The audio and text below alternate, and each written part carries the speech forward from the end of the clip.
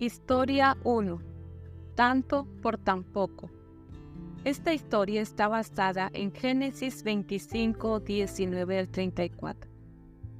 Al igual que su padre, Isaac también tuvo que esperar muchos años para tener su propio hijo. 60 años, de hecho, pero entonces tuvo dos. ¿Puedes imaginarte el entusiasmo que reinó en el campamento cuando los siervos se enteraron de que a su señor le habían nacido mellizos? Pronto, todo el mundo hablaba de los dos niñitos, Esaú y Jacob. Y lo que más le gustaba oír era la historia de cómo Jacob, que había nacido último, se había aferrado fuertemente al talón de su hermano con su pequeña manita. Se entendió esto como una señal de que llegaría a ser más importante que Esaú. Extrañamente, es lo que ocurrió. Para comprender bien estas historias, debes recordar que, en aquella época, el primer varón que nacía en una familia llegaba a recibir hasta el doble de las propiedades de su padre, en comparación con sus hermanos. Por esa razón, ya que Esaú había nacido unos pocos minutos antes que Jacob, la primogenitura le correspondía a él. Incluso hoy, en algunos países, se sigue con esta costumbre. Gran parte de las posesiones del padre van para el hijo mayor cuando el progenitor muere. Y si significaba mucho ser el primogénito de cualquier familia, ser el primer hijo de Isaac representaba mucho más. Este niño heredaría no solo la mayor parte de la fortuna de su padre, sino también todas las bendiciones que Dios había prometido a Abraham. Como resultado, Esaú era un niño muy afortunado, gracias a la buena suerte de haber nacido primero. Recibiría 2/3 de las riquezas y el honor de Isaac. Pero esas cosas no significaban nada para él, ni siquiera le interesaban. Todo lo que quería era divertirse con su arco y sus flechas por los campos y bosques. Estaba más interesado en ser conocido como un hábil cazador y un buen tirador que en ser el primogénito de Isaac. Jacob era diferente. No le gustaba cazar. Prefería quedarse en el campamento, donde su madre pudiera contarle historias acerca de su padre, de su abuelo y de las promesas que Dios le había hecho a ellos. Estaba especialmente interesado en lo que el Señor había dicho a su madre acerca de sus hijos. El mayor servirá al menor.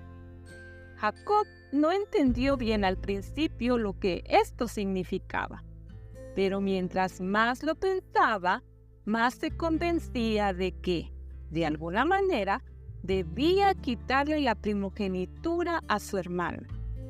Dado que permanecía en casa más que Esaú, su madre llegó a amarlo más. Por una cosa u otra, los dos muchachos se fueron diferenciando. Esto fue una gran pena. Los mellizos deberían amarse de una manera especial a través de toda la vida. ¿Cuánto mejor hubiera sido que los dos jugaran y trabajaran juntos? Jacob hubiera salido a cazar algunas veces con su hermano, y Esaú podría haberse quedado más en casa para ayudar en las tareas y gozar de las historias que su madre contaba. Pero no funcionó así. Pronto, los muchachos comenzaron a tratarse como desconocidos. Un día, Esaú volvió muy hambriento del campo. Mientras caminaba hacia su casa, pensaba únicamente en comer, satisfacer su apetito. ¿Y quién tenía la cena lista? Jacob, por supuesto. Miren al nene de mamá cocinando, pudo haber pensado, pero no lo dijo, pues tenía mucha hambre. ¿qué es lo que tienes ahí para comer?, preguntó. «Lentejas», le contestó Jacob, revolviendo la olla. Pero a Jacob no le importaba.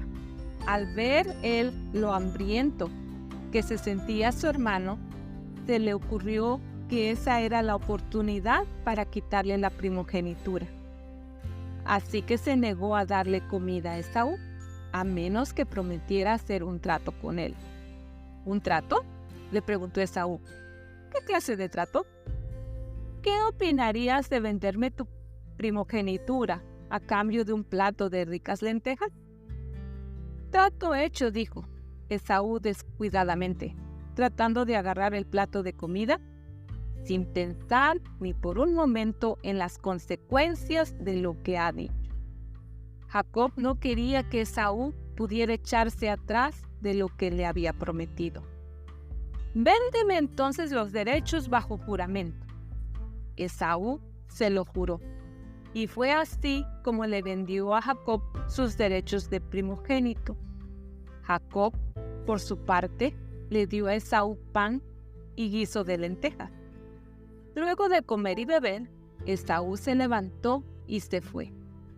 De esta manera menospreció sus derechos de hijo mayor. Por supuesto, tiempo después, Esaú se dio cuenta de lo que había hecho y de cuánto había regalado por un plato de lentejas. Había desperdiciado gran parte de las riquezas de su padre, el privilegio de llegar a ser jefe de la familia cuando su padre muriera, el honor de ser uno de aquellos en quienes se cumplirían las promesas de Dios y de cuya descendencia nacería el Señor Jesús, el Mesías. Todo eso por unos pocos centavos, por una comida. ¿Tanto por tan poco? La Biblia dice que Esaú menospreció sus derechos de hijo mayor.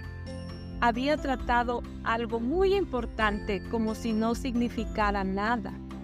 Ahora no se le dio lugar para el arrepentimiento, aunque lágrimas buscó la bendición.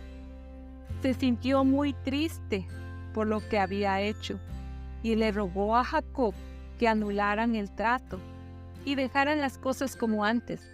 Pero Jacob no quiso hacerlo.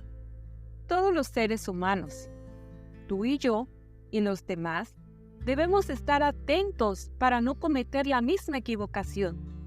También tenemos una primogenitura. Podemos ser herederos de Dios y coherederos con Cristo, si así lo deseamos. Si somos fieles a Dios, todos los tesoros del cielo serán nuestros. Él ha prometido que nos permitirá vivir para siempre con Él si lo amamos de verdad y permanecemos en comunión con Él. Nos ha prometido tanto. Asegurémonos de no cambiar esas preciosas bendiciones por algún pequeño placer pasajero. Nuestra primogenitura es un tesoro demasiado valioso como para venderla por un plato de comida.